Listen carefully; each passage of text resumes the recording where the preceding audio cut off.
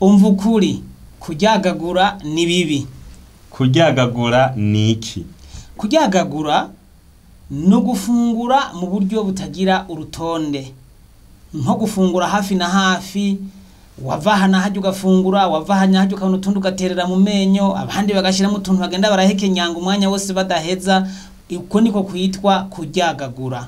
None hariho urutonde Imana yoba yashizeho rujanye n'abafungura neza? Ego cane, hariho umurongo mu vyanditswe vyera Imana yabivuze ko n'Abakorinto ba mbere igice c'10 umurongo wa 31 haravuga ngo nuko iyo murya canke munywa canke mukora ikindi kintu cyose mukorere vyose gushimisha Imana. Bisobanura yuko gufungura kwacu hariho uko twofungura ntidushimishe Imana.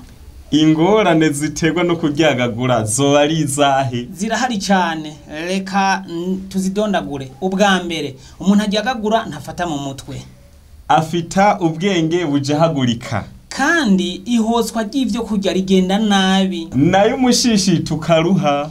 Kandi igihe cyo gufungura kigeze nta apeti uronka, kuko apeti bayabishwe na kwa kuryagagura. Nyene kuryagagura ashabuzwa n'ubusa. Kandi indugwe yisuka ari nyinshi mu mushishito, kuko kwa anoga y'akantu ni kwindugwe imanuka igiye guhotse, yanoga y'akandi indugwe ikamanuka. Rero yandugwe gaciba nyinshi, yamara kuba nyinshi igaca udusebe mu mushishito. Ariho abantu bakunda kubabara mu mushishito bakagwara ibisebe byo mu mushishito. None igihe ciza cyo gufungura ni ikihe? Igihe ciza cyo gufungura no kuvuga yuko hagati y'ifunguro n'irindi hakwiye guca amasaha hagati ya 5 na 6.